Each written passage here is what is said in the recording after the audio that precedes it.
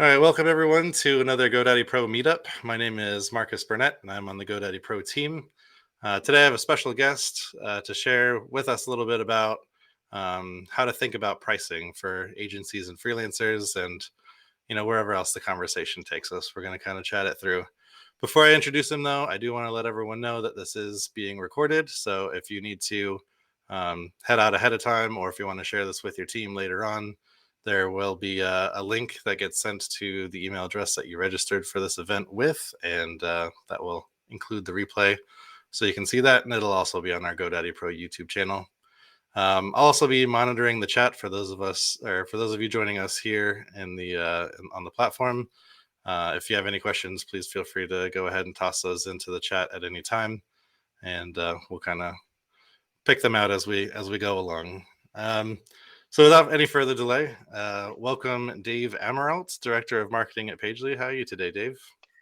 I'm tired, Marcus. Hi. And you're gonna get a lot of honesty from me. No, it's great to be here. I'm just a little worn out. I was at physical therapy this morning, getting my back beaten up. Yeah, that sounds tiring. Let's just continue on there. The first thing that I have here is just for you to tell us about yourself a little bit. So physical therapy, you come to us from Pagelea. We'll put some of the pieces together as we go along here, but tell us a little bit more about yourself and a little bit about your journey and all that. Yeah, absolutely. So I'm here in beautiful Salt Lake City, Utah, and if you're wondering why I'm at physical therapy, it's because we have amazing skiing out here, and I try to get on the slopes at least 3 to 4 days a week because it's only 20 minutes from my house. Um, I have been at Pagelea now for 2 years running the marketing team. However, I've been a customer of Pagelea's for over a decade. So I was the first VPS customer with one of my previous roles when I was running platform and all the web services for Free Skier and Snowboard magazine. I met this crazy guy at a conference who was creating this service where he was going to manage all my WordPress hosting for me. And as you can imagine, way back in the day, that was a lot of work, right? You had to spin up your own hardware, you had to do your own security, you had to do your own like patch management. I mean, you own the entire LAMP stack. So I met this guy named Josh Strebel, and it was a conference where we were actually skiing and snowboarding in Lake Tahoe. And over probably a few cocktails, he convinced me to become a customer of this service called Pagelea. And ever since then, everywhere that I've gone in my career, if we were running WordPress, our websites are on Pagelea. So so on my previous roles, I was in the outdoor industry for 21 years. I ran marketing and brand teams at places like Aspen Snowmass and Snowbird. And I've always kind of tried to infuse marketing and technology together. And WordPress played a massive part of that in my career, just because it was powerful, extensible. I could get so many people that could work on it. I understood it, and it really empowered myself and the businesses and my employees to create amazing things online. That's awesome. I previous life, slightly different climate where I'm from here in Central Florida in the Orlando area, but I came from before GoDaddy and SkyVerge, worked at an agency, and we did all sorts of outdoor marketing stuff too, more on the fishing and boating side. Again, given the climate, less mountainous here in Central Florida, Yeah, but a lot less still great for snow, a being lot less outside. hills. Yeah, still great for being outside though. So that worked out nicely. Let's go ahead and just get into some of the pricing stuff. Why don't you? I don't know. When we start off by laying a little bit of a foundation and talk about why even bother? What's important about knowing how to price your products and services? Might be obvious, might not be. So why don't you just tell us a little bit about why we're talking about pricing? Yeah, sure. Well, Marcus, I'm not sure about you, but no one, or at least in my experience, in 25 years of marketing, no one works for free. So kind of, nailing pricing and products and strategy is really pivotal to making sure that, you're not donating a lot of your time to your clients or and just also making sure that you can keep food on the table, and your employees paid and your insurance paid and everything else. But it also sends a really big signal to the marketplace as to the services that you provide, the value in it, and kind of who you want your customers to be, right? Yeah, no one works for free, but I'll also say that at the agency that I worked for, we never got pricing right. 100% of the time we were working on a project, we were like, we didn't charge enough for this. So um, this is a constant conversation. Sometimes it's hard to get numbers from people, numbers from other agencies, numbers from other freelancers to figure out where should I be, where's the rest of the market, and all of that. And so pricing is not only an important conversation, but an ongoing conversation that you sort of have to reevaluate, I think, every now and then. So why don't you, I guess, start with what you know best and tell us a little bit about Pagelea. How does Pagelea approach pricing, both historically and maybe where you are now? Yeah. Oh, and also, Marcus, right? With agencies, project scope is hard. That's why there are dedicated people that just specialize in statements of work and proper scoping and resourcing.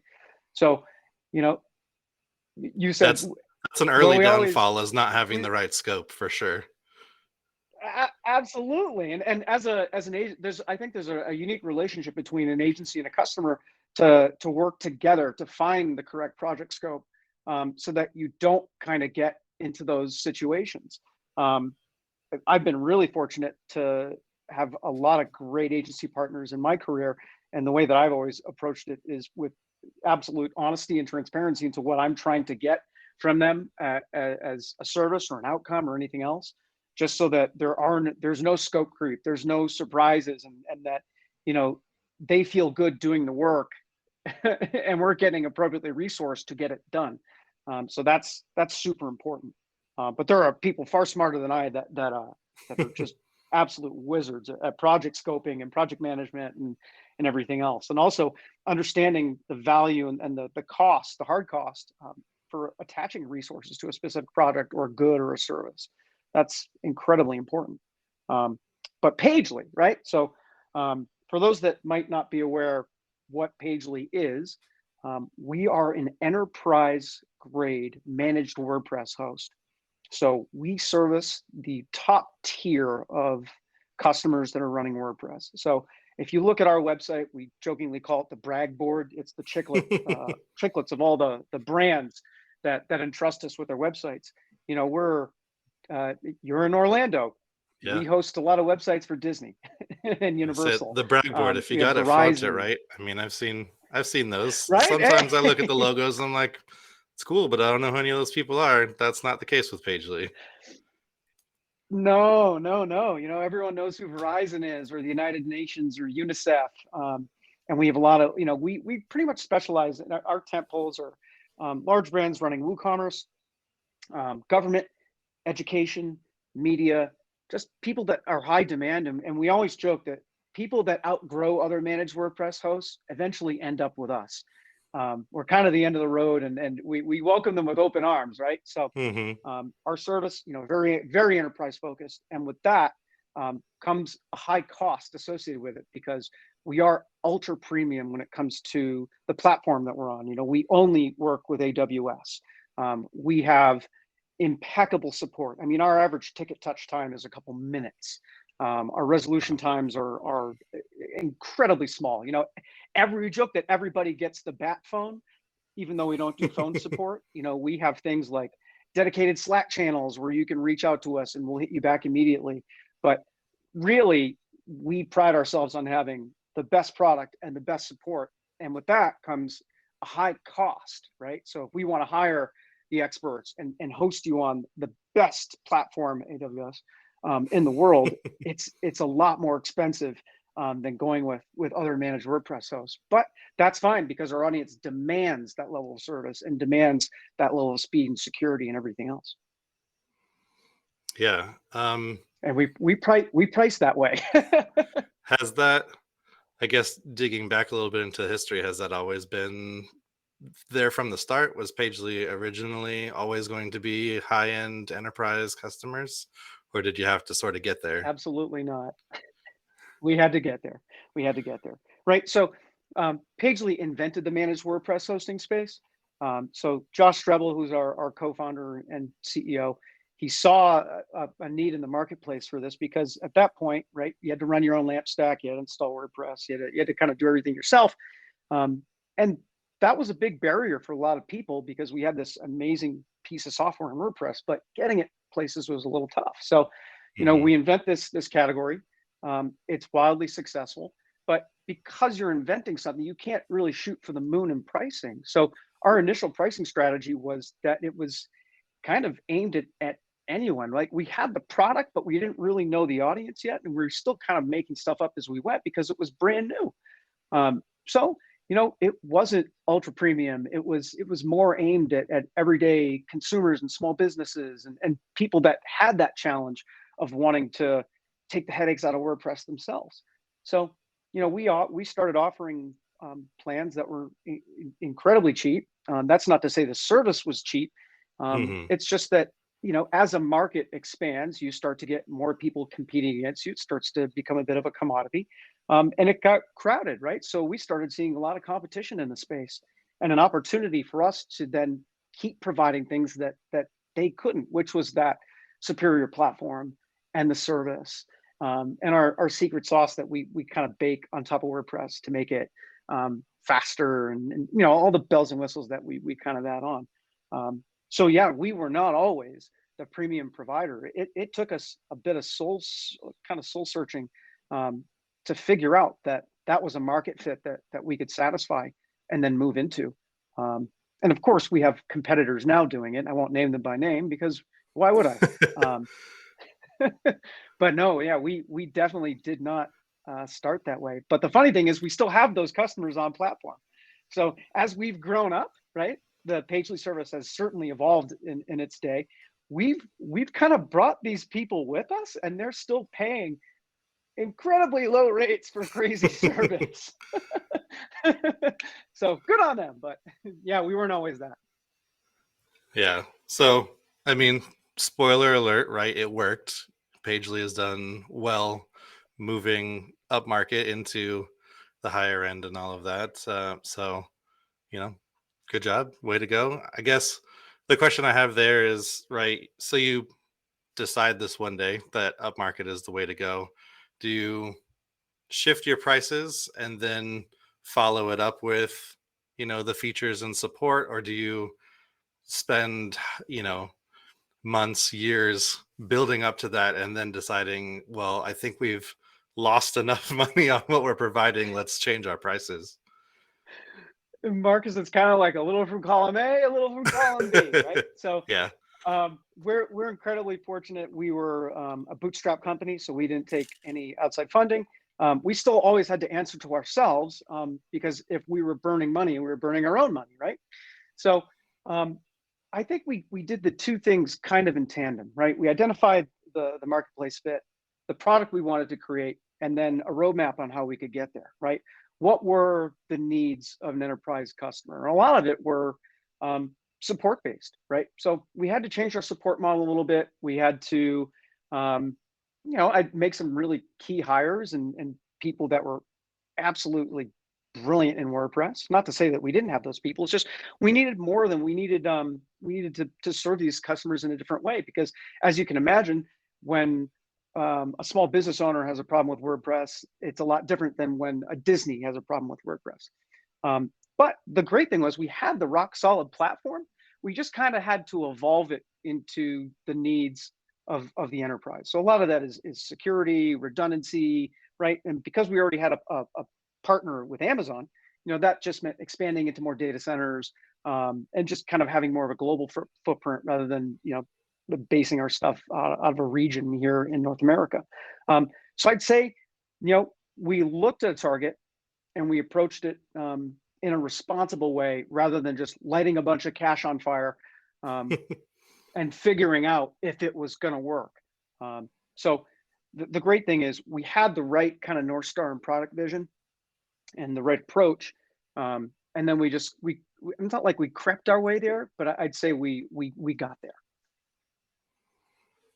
Yeah, you've talked a little bit about folks like Verizon and Disney. I'm sure there are some that are, just below maybe that tier of, let's say, popularity, not quality of client or anything, but lower level of popularity that are still, paying those premium prices and stuff for that hosting.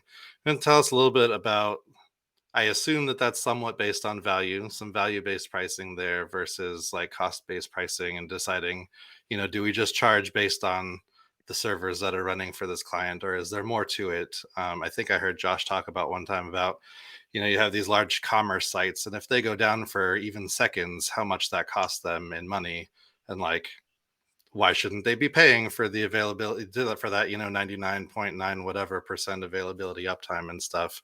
Is there like a certain amount of value that filters into how you determine pricing for Pagelea? And maybe if you want to expand that a little bit to like agency and freelancer services, how maybe a mindset people should have between value-based and cost-based pricing? Yeah, we we're certainly not, we don't, cheap is the wrong word. You get what you definitely get what you pay for with our service. And we make sure that it's either on the hardware side, right, that you're appropriately sized for your needs. And that's done with our engineering and sales team, right? So it's Hmm. spinning up a Pagelea service. It's not like, well, anyone can go in and like create an account and like give us their money. But the right way to become a customer of Pagelea is to work with our enterprise sales team, to identify your needs. Then we right size you to the right hardware that you're going to need. Make sure that you can withstand, any type of traffic onslaught that you're going to need.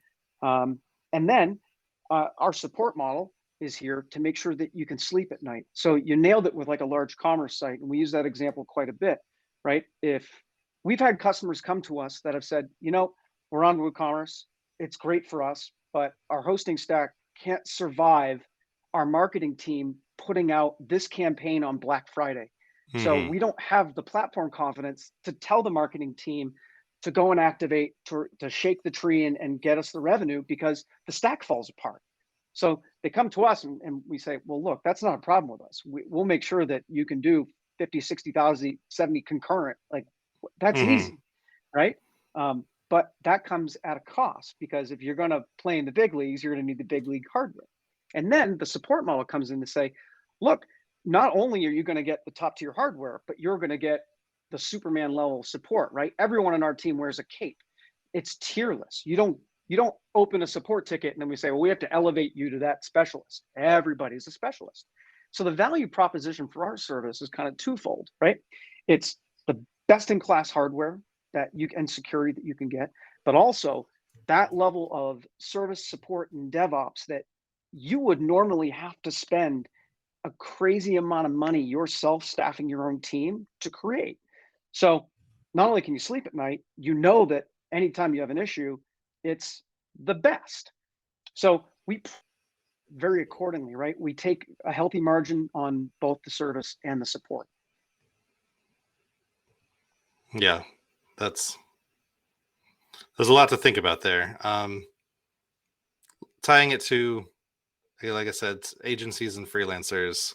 I don't know if you want to talk just a moment about how maybe that relates to thinking about what it is that you're offering as a web design and development agency, um, depending on who your client is, who your customer is, right, and what it is that you have to set up for them, and all the different processes you have to go through, and how to think about pricing for building a website or marketing campaigns and that kind of thing.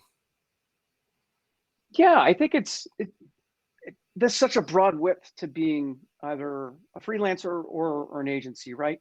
As a freelancer, it's super tough, right? And prior to my Pagelea time, I built a lot of WordPress sites for customers. And I was doing a lot of freelance work, and I fell into that same trap where I wasn't asking for enough money, right? And I'd find myself going way over hours, and it it happens, right? So a thing that I did was, it was identifying what skills I could bring to the table, what my value was, and then what kind of customers I wanted to attract, right? And having the confidence in myself and saying, like, can I meet the criteria of this project or this service, and can I do it in a way where I can make money, right?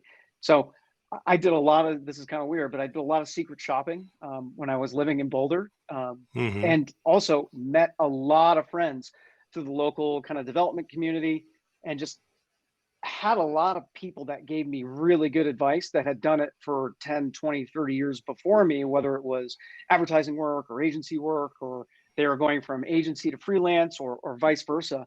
And me just being extremely transparent with what I was charging and what I was getting out of it, because sometimes I would get, wow, that you did well on that one, right? How many hours of work was it? Like 60 hours of work, and you made a brochure site? Like, good on you. What'd that actually take you? And I'm like, 20 hours. And they're like, okay, good. And then in other instances, right, I was making e-commerce websites for ski resorts, and I was 4 months into the project and I didn't like scope it correctly. So it's definitely a challenge, but I think leaning on the community is a really great way to kind of bounce ideas off of other people, and figure out where you should land on price.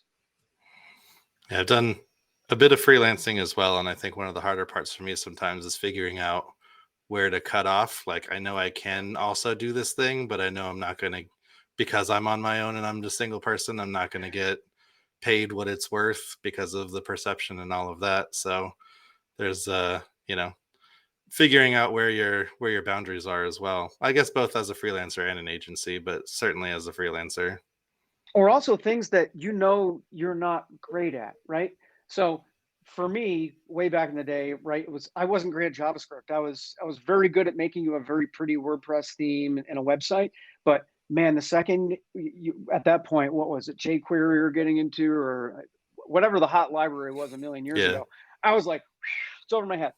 Can I rough it out? Like, yeah, is it going to be great? No. Will I burn 5 hours of time trying to figure this out when I could get another contractor in to help me for an hour or 2 hours and it would be 10 times better? Yes. So being really upfront with what you're good at, what you're not good at, and then like finding the resourcing around you to bring a project to life is super important. Yeah, and not to fall into that trap where this happens as a developer, right? I could burn 5 hours on this and pretend like it's going to help me for the next project, and I'll just make it up there, and that's just a whole different set of roadblocks there. You never make it back. But also, if it's a skill that you need to get, right, Sure. and you know that it's not going away, like, and this is kind of where I hung up my developer hat, and I got a 9 to 5, and was like, you know what, I love the internet, but it's gotten to the point where it's getting too crazy, and I'm going to have to learn JavaScript and all this other stuff. And what is Ruby? This was what is Ruby on Rails period, right? Like, am I going to have to learn Rails because PHP is dead? People have been saying PHP is dead for like 15 years. It's still dead. It's still dead. Yeah, it's powering like 50% of the known internet, but it's definitely dead, right? Yeah, it's now I'm getting on the tangent and like flashbacks of me That's okay. developing websites in Boulder. We have a few questions that rolled in the chat, so maybe we can take a little sidebar here and look at some of those. Karen asked, doesn't look like maybe a small nonprofit would work with Pagelea. Does Pagelea have some nonprofits on the platform, and how does Pagelea handle nonprofit work, nonprofit clients?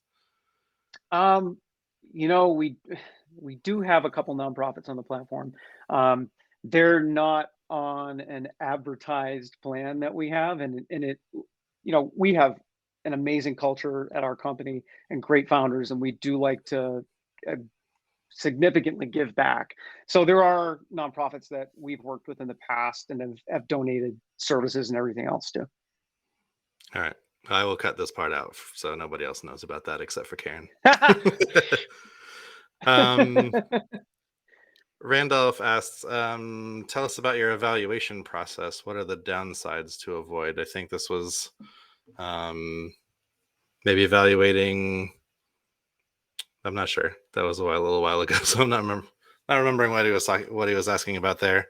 I guess maybe you can talk a little bit about evaluating what things to consider when, in costs for pricing and stuff. I think Andy in the next question is also asking a bit about costs as well. How does one determine value-based pricing as opposed to time and tools and services and stuff that you have to pay for. Yeah, what are some red flags maybe when you're trying to determine cost and value-based pricing? Anything come to Man, mind? it's been a hot minute since I've done any projects where I'm the one actually doing invoicing on it. And a lot of my stuff now is working with freelancers and agencies about this process. So maybe that's the perspective that I can give you on this. So hold on, let's just take a look. Let me pick this apart. So an evaluation process for some, like right now we're working with an amazing designer for some cool new visual projects that you guys will see from Pagelea and GoDaddy Pro in a few months. So yeah, ooh, Nice spoiler alert. tease. Nice tease. Oh yeah, you'll see these, and there's fun stuff coming. So Oh yeah. what I try to avoid as someone working with a contractor is running out of time or feeling like a project that I'm trying to bring to life, we didn't appropriately resource. So if it's with this designer, insert hello designer name, I don't want to blow up her spot. We're looking to make shirts, hats, t-shirts, patterns, and then animate it with HTML5, and it's going to live here and blah, blah, blah, right? I know you don't do HTML5, so let's find another person to bring it to here. Tell me what your apprehensions are in working with this other resource, right? And I just like to get a lot of that up front, because sometimes people aren't used to playing with others, especially when you're bringing in an internal resource at GoDaddy or another contractor, or in this case, an agency. So I like to make sure that everyone can play well. I allow for overlap time on all the people that are in the project, and then just a really honest conversation about what they think it will take for specific segments or milestones of the project to come to life. It's not just a magic wand where it's I ask you to do something and then it appears on the other side. I like to take kind of a milestone approach and then work within those milestones on the right amount of hours or cost, because then if we know that we're X amount, or we're not really quite sure we're at milestone 2 or 3, okay, what's the problem? What's taking too long? Rather than just the elasticity of the entire project, we can break it down into chunks. And then that allows for us to have better budgeting, or overages, or whatever it's kind of going to be. So I would say, like, try to break it up into bite-sized pieces, because it's easier to kind of understand. One of the things that you talked about there some is, working with outside help, outside contractors for things. And we did one of these meetups a handful of weeks ago, talking a bit about where and when to decide when it's something that you should take on versus hire outside help for, or whatever. But as that relates to pricing, I think that that's important to figure out too, right? Rather than figuring out a price for a project and then going and figuring out who's going to actually do the pieces to that, doing some upfront research there and figuring out, like, I'm going to need someone to come in and do this JavaScript part, who's going to do it? What are they going to charge? What's it, what's the value to them? What are they going to charge me? What's that value to me? Is this going to be a longer term relationship or not? And all of that, I think, needs to go in. That was one place where we messed up a few times at the agency. Is, we get this project, we have some semblance of an idea of what we think it might cost, and then we get into pieces that are a bit above what we can handle, so we've got to find some outside help, and then that outside help is more than we thought it was going to be, so it's eating into our margins and all of that. And so we end up in a weird place just because we didn't scope the project out right, to figure, we talked about that at the beginning here, to figure out exactly what we're going to need before we even dive into the project. But then based on that scope, figuring out who's going to do the work, and are we going to have to pull in pieces for that? Yeah, it's a whole thing. It's amazing how you can quickly tank a project, or its profitability or its margin, in that kind of process, right? Man, another thing too is honesty, right? Like, if you've got a great relationship with your client, and that takes time to develop, right? It's not just like you get a client, they're new, and then everything's perfect from the start, right? But the people that I've worked with, and God knows in 25 years, I've gone over budget on many projects, right? But it's also having like that level of honesty and transparency with your client where you can say things like that, where you're not going to come to the table and say, look, it's double, right? Because you need to look within if you come to a client and say it's going to cost double, right? And that's a bit of a red flag. Yeah.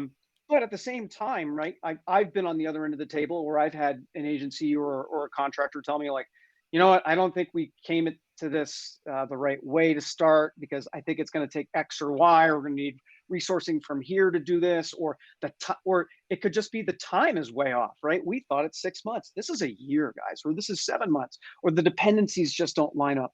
And then being able to clearly explain that either in like a Gantt chart or like just a simple way, like a 30,000 foot view. Here's where I think we were wrong with this, and we can still get it done, but it might take this. And it's hard to like argue with someone when they come at you with something that's honest and their way of genuinely wanting to make a project good and on time. So, you know, I understand that there's not an infinite bucket of money all the time to go over on things. And that's where you can start to scale back projects or adjust Hmm. timetables or deliverables, or you can start to buck up internally and say, well, I'm not good at that JavaScript, but maybe I'll do it myself. Or I know maybe we can make a sacrifice in copywriting or something else to bring it to life, right? You start to, you know, put some importance on the things that maybe you can do that you don't have the money anymore to pay for. Definitely. Courtney shared in the chat that PHP power is closer to 80% of the known internet. So, yeah, very dead, of course. Yeah, it's definitely gone, guys. Yep. Logan Maybe that's a asked shirt. PHP that is dead. PHP is dead. Yeah. Long live It, PHP on the back. in between like PHP and Echo PHP is dead, or like written in PHP, that'd be even better. Um, I'll make it. There you go. Logan asked, do you set a standard price per service you offered? Well, with this, he's asking while you were freelancing. And then when did you decide to increase your pricing? And have you ever differentiated based on the client? So a little bit of value-based questioning in there. And then one of the questions I had for you anyways was, you know, when did you decide and how did you decide when it was time to increase pricing? Yeah. Okay. So, yes, I did have different pricing for specific things. A lot of it is, especially if you're a freelancer, right? The work that you're doing for a client, a lot of this is client management, right? So you're not only doing the job, you're maintaining the relationship, you're doing the invoicing, the billing, the project management, all the things, all the meetings, right? It's not like you're just getting like a Dropbox or a Google Drive with instructions and then you're off to the races, right? So a lot of times it's doing that. So some of the larger clients that I worked with, where it was more managerial overhead to get stuff done because they were a larger organization, I was increasing rate just because I was spending a lot more overhead, like dealing with like how their organization functioned. And then obviously, like as you start to grow in ability or client or importance, you do start to raise rate. But like I had like the friendship rate within the ski industry, right? If you needed something done, you know, maybe it was $75 an hour and I'd do you a favor. But at that rate, I wasn't taking on like a crazy breadth of work, right? It was the quick Yeah. hits that were a favor, and it's to get stuff moved around. But if it was a longer commitment of time, let's say it was like a ticketing system that I worked on for a small ski resort. Can't believe I wrote a ticketing system with a friend. That was crazy. Um, then that was a larger project, and we scoped it appropriately because we had to turn away other work or carve out 1, 2, 3 months of it to get it done. So that was a higher rate, but also like we had to push other work aside to get it done. And then obviously, as you start to gain reputation and everything else, you can start to turn away work and raise your rates. But there's always like that friend rate in there. We all have it. You just can't make sure you're filling your bucket with the friend rate all the time. We had a few that were the other way where they sought us out and we didn't really want to do the work for them, and so we made the price like ridiculously high. And we're like, if they're gonna pay that, I guess we'll do the work, but otherwise we don't really want this job. And we had a couple take us up on it, and then we just had to muddle through. But we had the some that were the other way too. Instead of the friend rate being lower, we had the rather not rate, a bit higher. I think at everyone's point in their career, they throw the Hail Mary in pricing, and they're just like, who knows, right? And then next thing you know, like it's caught and run in, and you're like, what? Okay, right? And it's a good feeling, but it's also like, man, I better not screw this up. Or can I do this on my next project? Or what commonality does that client or project have with other business that I want to attract in the future? Right. So it's tough. Yeah. Courtney And asked in the yes, chat. Courtney, Yeah. you show the friend rate. Absolutely. Discounting makes people feel good, and also that you are doing something special for them. Always show the discount. Yeah, that's the other incredibly important part there, is that when you give someone the friend discount and then they refer you and they tell their friend what they paid you, they don't know, if you don't put on the invoice with the discount, what their friend should be paying. So Amen. very, You gotta very important. but also when a friend goes and gets you business, this is where like the nice gift comes in, right? This is Sure. relationship 101, relationship building, right? Or Like, some yeah, commissions you and got the stuff, friend but yeah. rate. Everyone loves a spiff, right? So yeah, definitely show that they're getting the friend rate. You do not want that advertised as your rack rate one bit. Let's go in a different direction. Why don't you share any kind of stories that you might have about any incredibly stupid things that you've done with pricing? Yeah. Well, I mean, I worked in Aspen for 4 years. I mean, like price sensitivity is something I learned incredibly well in the ski industry, right? So, um, I'm from back east in Rhode Island and went to school in Massachusetts, and I worked at ski areas in Maine and in Massachusetts, and then I moved out to Colorado and ran brand and social for Aspen Skiing Company, and then went to Lake Tahoe, right? So all these different areas, right, with different types of customers and guests, right? So in Massachusetts, you're trying to draw your customers from a major metropolitan area.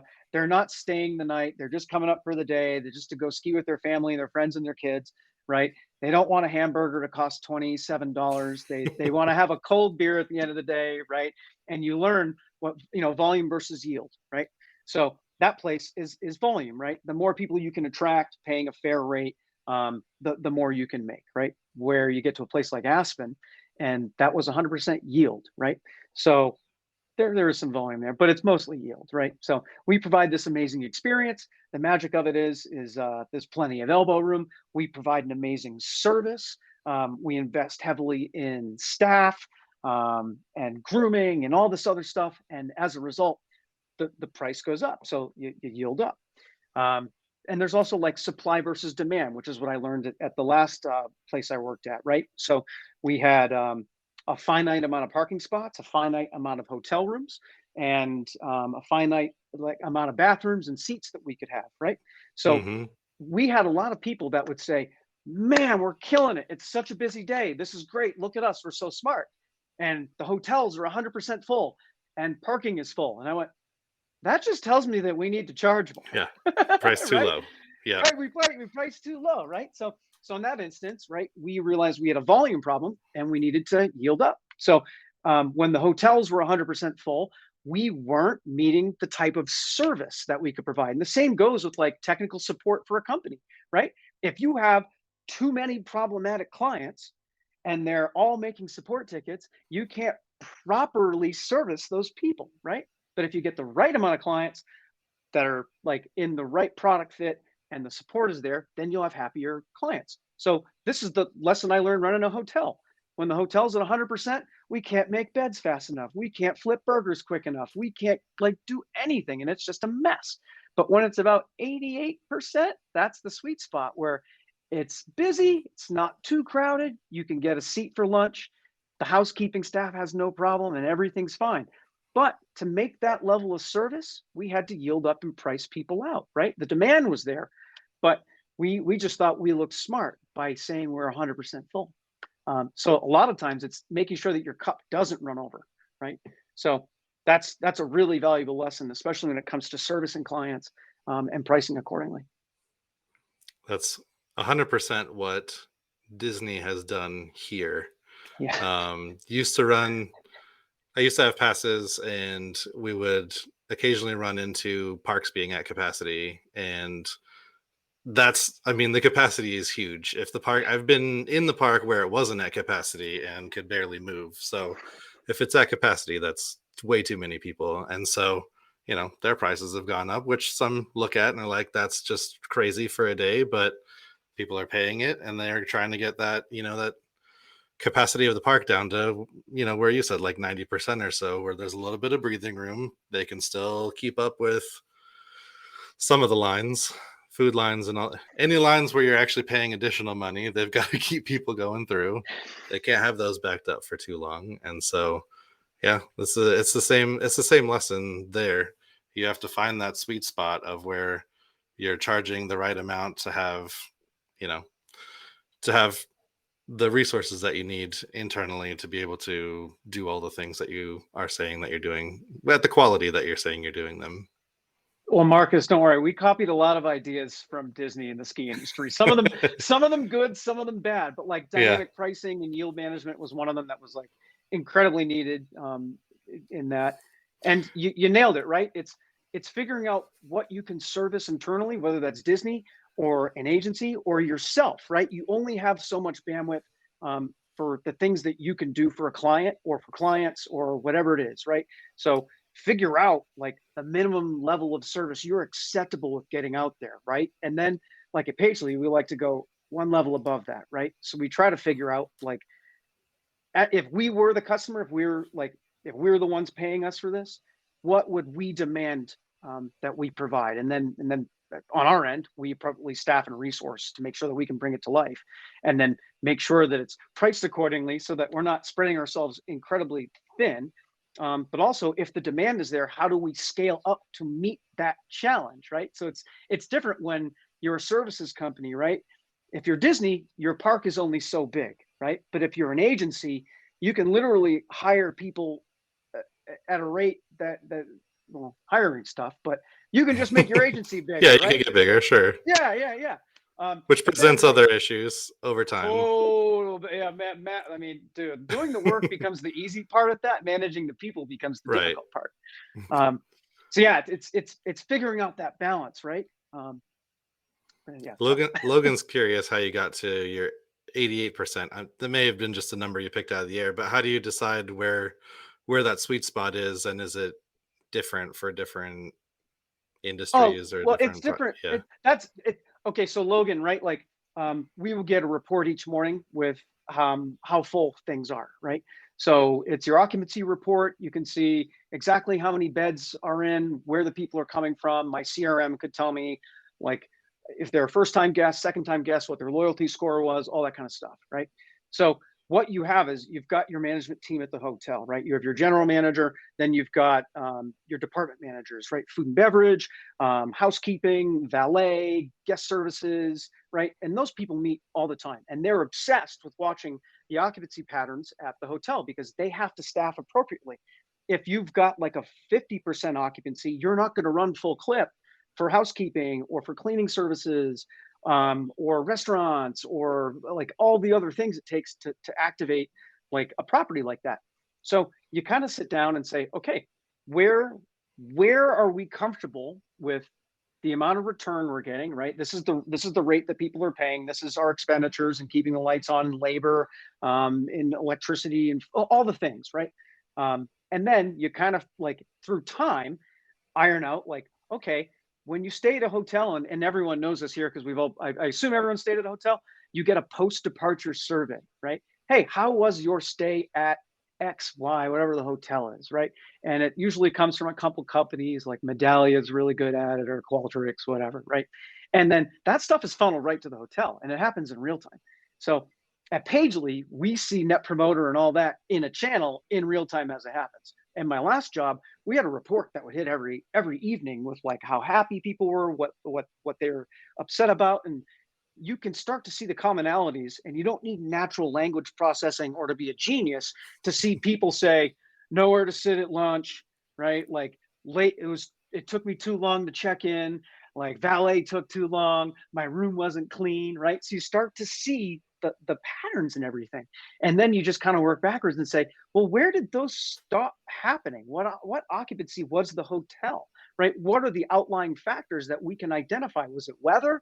Was it just that we had like a crazy conference of orthodontists running around like lunatics, right? What is it, right? So you start to like just identify the things. And the same goes for any business, right? Just having an ear to the ground and knowing the indicators will help you in your decision making process. But if you put your head in the ground like an ostrich, then you're not going to know any of this. So data is your friend. So that's how we land in that kind of stuff. And I actually do think the number was 88. Like I had to look Oh, back through the nice. notes, but it was like right before 90. After that, it starts to fall apart. And Disney would be the same way, right? Like if the park was at 90% capacity, it would take you 20 minutes to get a churro or to get a photo of Cinderella, right? Because there'd be a line everywhere. So price accordingly, figure out the volume versus yield. And if you can't play that game, then do reservations. Yeah, and like you said, data is your friend there. I'd imagine there are also some like internal cultural, measures. There's a barometer internal where, if you're at 100%, probably your employees are struggling. Probably there's a lot of we need help, we're being overworked, or the opposite direction. If you're at 50%, maybe people are worried there's not enough work for them to keep their jobs. So I'm sure there's some sort of internal measure that goes on there as well, right? Yeah, it's things like customer effort score or your service benchmarking, quality score, right? So with any product or service, it's super important to have that metric, right? Like what is the thing that we are providing for our customer, for our guest, right? What are we known for, right? And this isn't to say like Motel 6 is out here trying to provide a luxury experience. Like Motel 6's niche is like fast, friendly, and they keep a light on, right? Where something like a Westin or a Four Seasons, right? There are different levels of service expectation. So you absolutely nailed it, right? So if you're working at an agency and you have more business coming at you than you can handle, right? You can only juggle so much, and at some point you're going to drop one of the balls, and then a client's going to get upset, and they're not going to be satisfied with your work. So you have to like just figure out the appropriate amount of resourcing, service levels, and then deliver on it. And then also measure, right? And I think I have contractors that will send me surveys after we complete a project or mid-project just so they can get like a health check on how things are going. And I love that. Like that's great for me because it shows to me that they are like they care about their relationship with me or the product or service that they're providing. And I give feedback. I'm also like a little bit skewed because I create those systems for Pagelea and like everywhere that I go. Like I'm obsessed with Net Promoter Score and customer effort score because I see it as a great indicator on how we're doing. And when those scores slip, we have that internal discussion to say, where are we blowing it? What can we do to fix it? Is it we're stretched too thin or are we not hiring the right people? So yeah, measurement's super key. Yeah, And if they're definitely. happy, you can charge more usually. Yeah, the goal isn't to charge more until they're unhappy though. it Find out is. where the upper limit is by where they start to become less happy about. No, I'm just but kidding. but that's value, right? Now we're talking about value for service, right? And you don't want people to feel that I don't know they're taking advantage of you. You want them to feel that Mhm. they're getting good value for what they pay for.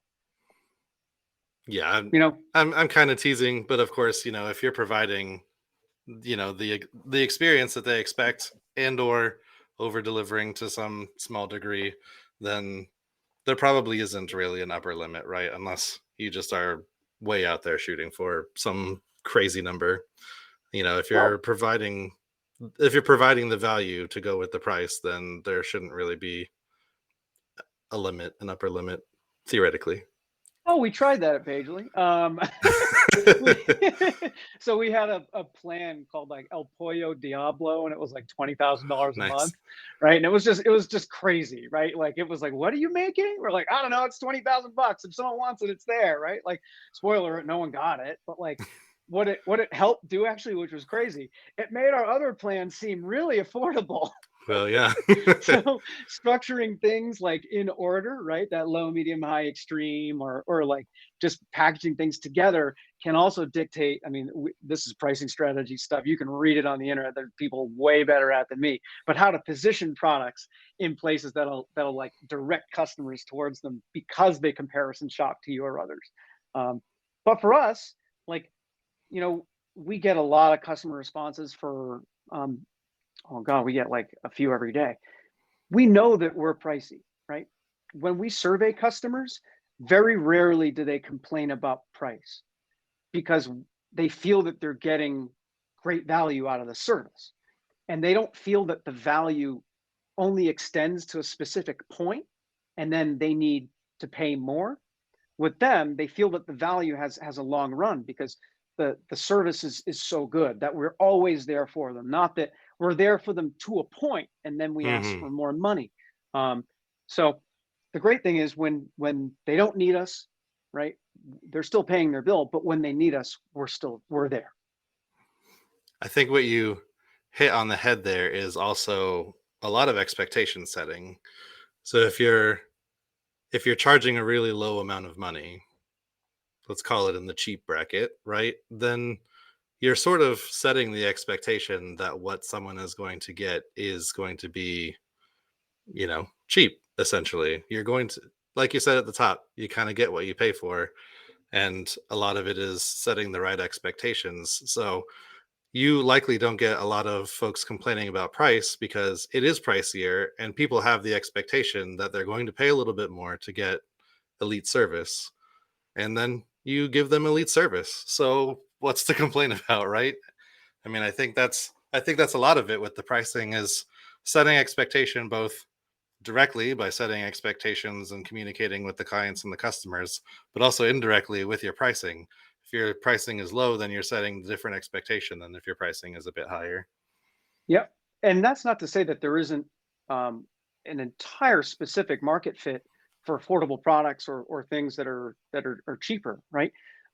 Sometimes you just need cheap web hosting, right? You just need a place to put a magazine site, which is totally fine because that exists, and we sell a lot of that at GoDaddy. Sure. This is a plug or something now. but but also sometimes you need mid tier, you need that upper echelon, and the same goes for contract work, right? Like if I know that I just need like a quick motion effect for a video, I don't need to go out to my agency, which is going to bill me 275 an hour for something that's just a lower third or a Chiron when I can provide, Right. hey, here's our brand guide, here's the typeface that we use, here's what I need. I'm going to sketch it out on my iPad and send it to you. That's great. You're 75 an hour. Thank you so much. Right. And that exists. And there's nothing wrong with that. But if I'm paying for that strategy to create that brand guide, to create that brand identity and all that, that's where that upper echelon of service comes in from that big agency. But a lot of the smaller pieces, I take the ingredients and then use the more affordable things. Makes sense. We have just a few more minutes. When we were talking before we started here, we were talking a little bit about WordPress growing up as a platform as well, and how that factors into, pricing currently and pricing in the future. I don't want to know if we want to talk just a couple of minutes about what that means, through like the acquisitions and some of the SaaS based WordPress offerings that exist now, products. How does that kind of shape the landscape for folks that use WordPress to build websites, and how does that factor into pricing? This is great. This is actually really good for everybody. It's that whole rising tide lifts all boats, right? We're all boats. Um, but when WordPress came out, it was just this simple blogging platform, and I started using it, God, a million years ago on version 1 point whatever. But I was just hosting a simple blog, right? But the competitors were what, like Blogger, GeoCities, MySpace, right? And WordPress. And All the you great know, stuff. all the stuff that's definitely still around these days. Um, They and died then with that PHP. yes, yeah, it put them in the PHP graveyard. The headstones are right next to "Here Lies PHP." Um, so the great thing about this, as WordPress grows up as a content management system, and also I'd say it's a web publishing platform. Um, it's super extensible. You know, we've got a great plugin marketplace. You know, Gutenberg is God finally coming into its own, even though it's it's still Gutenberg. Um, when now that yeah, LiveJournal type, yeah, Joomla, yeah, we can put Drupal in this sentence soon too, right? Um, No comment. too soon. Um, the great thing about enterprises adopting WordPress, right, is that it's seen as something that competes against the Adobe Experience Managers, Sitecore, all these enterprise platforms, right, that are closed source. This is an open source piece of software that can power enterprise business. So what that means is when enterprises use pieces of software, they need that software to be serviced. It needs to be hosted, right? Pagely came to existence, or well, not came to existence, but our current existence is serving enterprise. So that means all these people that are working on these sites are now charging enterprise rate to service them. So if you're an independent contractor or a developer or an agency, you can now start to go after those agency level clients that are using WordPress. 10 years ago, if you were a Disney or a Comcast, you weren't using WordPress. You might have used it in the periphery of your entire web stack, but it was probably for like your CEO's blog or something, right? And it was an Some random island. subdomain. Yeah. Totally, like or you're using it. It was totally a subdomain thing, right? But now you're powering the entire thing with WordPress, and you've got like A/B testing on things and amazing plugin architecture, and it's fast and it's multi-region and like it's on AWS and like, could you imagine telling someone that like 15 years ago running WordPress? So it's a great opportunity for all of us, right? Because we can now aspire. If you want to go get enterprise business, it is there. If you want to service SMBs, there's tons of that. If you want to make any site on this platform, you can do it. Yeah. And you, I remembering back to that early WordPress where I think it was even before plugins. And yeah, like you said, there was just blog.whatever.com and it was WordPress and it was literally a blog. And our agency had to contend with that when we were trying to figure out how to go from, static HTML, CSS stuff to a content management system. Where do we go? And at that time, WordPress wasn't quite there without plugins. And, know, of course, plugins changed everything, the way the Apple App Store changed everything for phones and all of that. But yeah, it's well, and interesting that you can build go just ahead. about anything now. Well, even with plugins too, right? Like back in the day, plugins were free, right? Like if you wanted something, you just go get the plugin, and 9 times out of 10, it was free. And as the value has changed with WordPress, it means that plugin developers can start to demand real money for plugins that they're making because the install base they can have is so massive.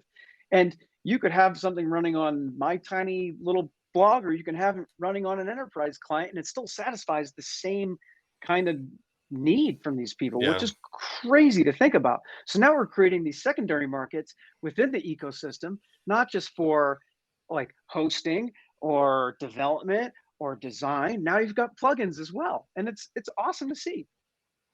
Yeah. And very much needed and very cool, to be able to throw up a e-commerce site and install a couple of plugins and be able to offer memberships with gated content and within the matter of a couple of hours you can have a membership site going with all the themes and stuff that are also available, have it look pretty nice. And yeah, I can't, thinking back 15 years also, I can't imagine something like that being so easy.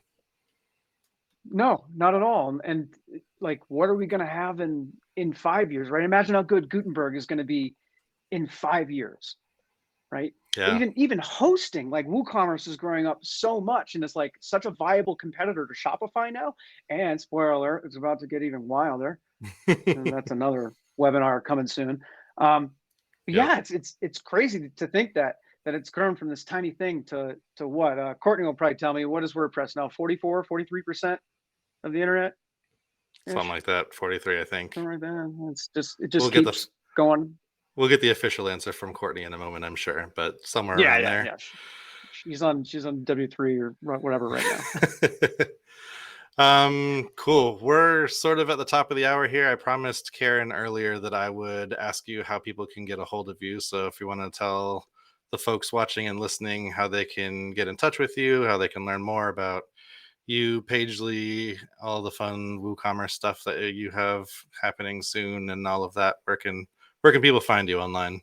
Yeah, I'm extremely visible online. I'm easy to find on Twitter. I love Twitter. It is my favorite social media network. If people say that they don't like it, it's their fault because you get to handpick and curate your entire feed.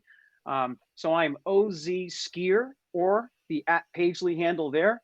I'm on Instagram as well, but there it's just like you'll see me skiing and my cute dogs all day. But yeah, get in touch. Like Marcus said, we have a lot of really wild stuff coming out in the coming months with managed WordPress hosting and also managed WooCommerce. Doing my best not to give away anything I shouldn't be giving away, but there's some really great stuff coming, and I'm excited for all of that too.